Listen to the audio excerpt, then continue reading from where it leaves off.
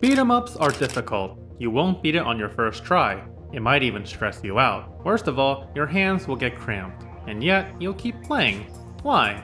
Because you're having fun. Stay with me for a moment and I'll explain everything. But what is a beat 'em up? Beat 'em ups, or brawlers, as I'll be referring to for the rest of the video, is a subgenre of action games primarily involving hand-to-hand combat and a large sprawl of enemies. True to its arcade roots, you only have a limited amount of lives and one run to try and make it to the end. It's definitely not appealing to the modern gamer sensibility, but hopefully I can change your mind by then. For the basis of this video, I'll be playing Final Fight for the Super Nintendo. You should check it out, there's like 3 games for the system. In Final Fight, your goal is to go through 5 levels of Metro City, defeat the Mad Gear Gang, and save the mayor's daughter. You select one of 2 characters, Cody, in the original version, or Guy, and the manliest politician to ever grace this earth. No, not that one. This one.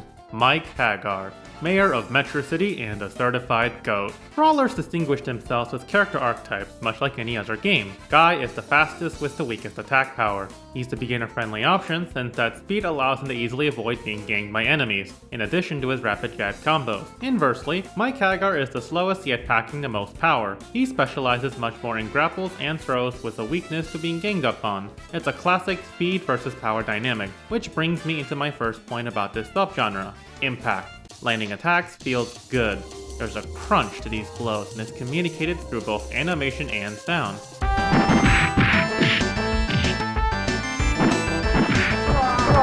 Arcades keep players pumping quarters because the games do a great job at input feedback. When you finish taking down one enemy, you immediately go for the next, and so on. These large sprawl of enemies continuously pump dopamine into your brain because you love beating people up. But therein lies the next important factor to a brawler, the learning curve. Now, if you think you can win by mindlessly mashing the attack button, then I'm afraid you're quick due for a game over. The first level lets the player get a feel for the controls, attacks, and basic enemy types. Things start a bit light and you might start feeling confident, but all too quickly can that confidence fade against the first boss. This is Thrasher's Damned, and he hits hard.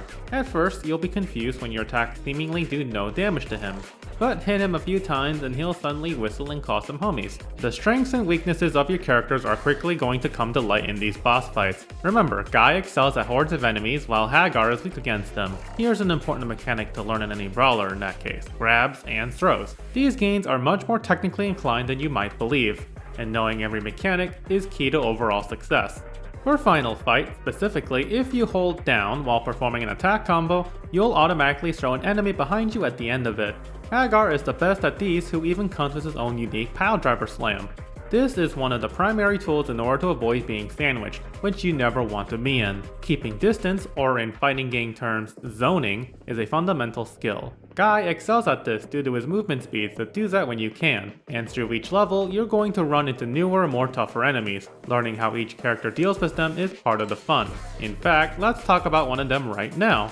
Meet the Andor family, an entire hulking unit with a large health bar to match, almost like a mini-boss. They deal huge chunks to your health with the charges and grapples. While Guy can dodge them, Hagar can't. On the opposite, Guy is weak to enemies like Hollywoods due to their ability to outpace and damage him from a range. They also come packing with a slide kick, which behaves like a charge. Those charges can catch you off guard if you aren't prepared. There's going to be plenty of moves in this game which you can't seemingly dodge, especially later on with bosses who can charge right into you and attack the moment you try to. That's where the special moves come into play. These are usually powerful 360-degree moves that are useful when you need to escape a crowd, but they also cost a bit of your health to use, so you can't just spam them. Their best use is when your enemies prepare to unleash said attacks. When you know you're about to take damage, there's a huge difference between sacrificing a small portion versus taking a huge chunk. Suddenly, these games aren't looking so simple anymore, are they?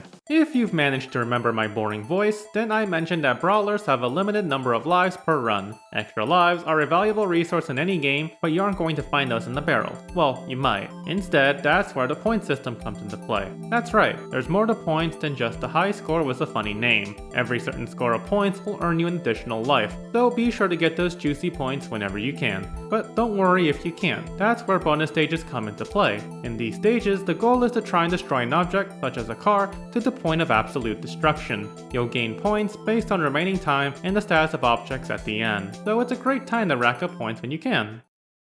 Oh my god.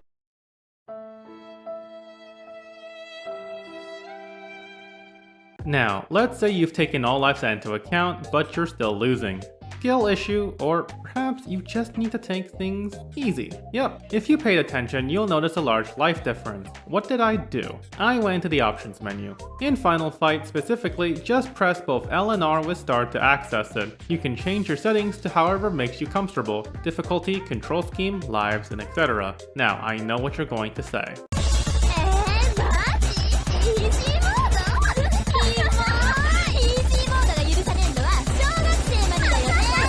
We're not doing that today. Hear me out now. There's nothing wrong with an easy mode, unless you're playing Dark Souls. The entire point of an easy mode is to accustom players into the harder difficulties. That's it.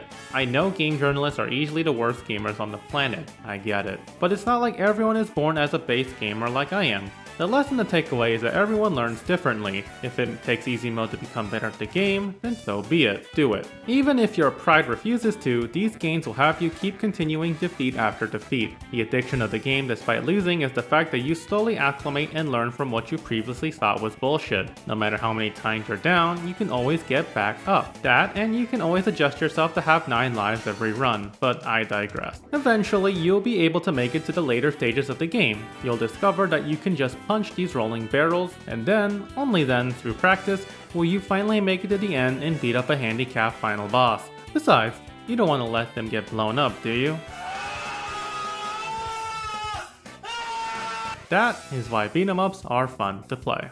I give thanks to all you kind viewers for showing your support. Do you want more videos like this? You know what to do. Do stick around because there's much more always coming around the woodwork. With that, I wish you all a wonderful day. Peace!